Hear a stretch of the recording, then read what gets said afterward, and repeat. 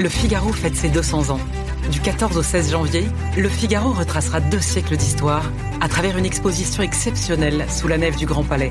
Archives, images inédites, débats et émissions spéciales. Le Figaro, 200 ans de liberté. Un événement unique, gratuit et ouvert à tous. Programmes et réservations sur lefigaro.fr. L'éditorial du Figaro. Le régime iranien à bout de souffle par Patrick Saint-Paul. Le sursaut patriotique de l'Iran a fait long feu alors qu'Israël et les États-Unis attaquaient le régime des Mollahs cet été. Les Iraniens s'étaient rassemblés derrière leur drapeau face à l'agresseur étranger. Quelques mois plus tard, les voici de retour dans la rue.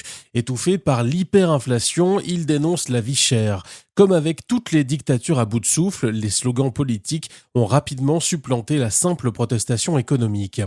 Les étudiants ont rejoint les commerçants et les chauffeurs de bus et de camions et attaquent les symboles du pouvoir et de la répression.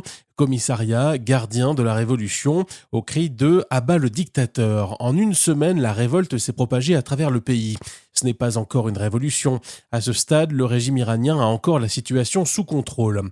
Mais au lieu d'explorer une voie diplomatique à l'issue de la campagne militaire israélo-américaine, l'ayatollah Khamenei a choisi de préparer la prochaine guerre en reconstruisant son programme balistique et nucléaire. Inspiré par l'exemple nord-coréen, les faucons du régime prônent la production en secret de l'arme atomique comme assurance vie, alors que leurs proxys au Liban, en Syrie et dans la bande de Gaza ont été décapités par Israël.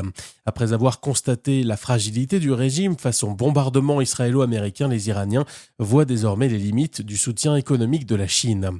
Durement frappés par les sanctions américaines, ils paient le prix de l'intransigeance de leur guide. Alimentée par la paranoïa, celle-ci s'est accompagnée d'une fuite en avant de la répression.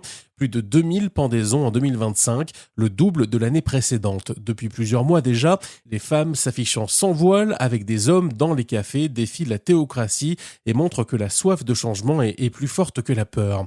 Le régime n'est pas encore menacé d'effondrement, mais il est incapable d'offrir un nouvel horizon à un peuple qui ne croit plus à ses promesses sans lendemain.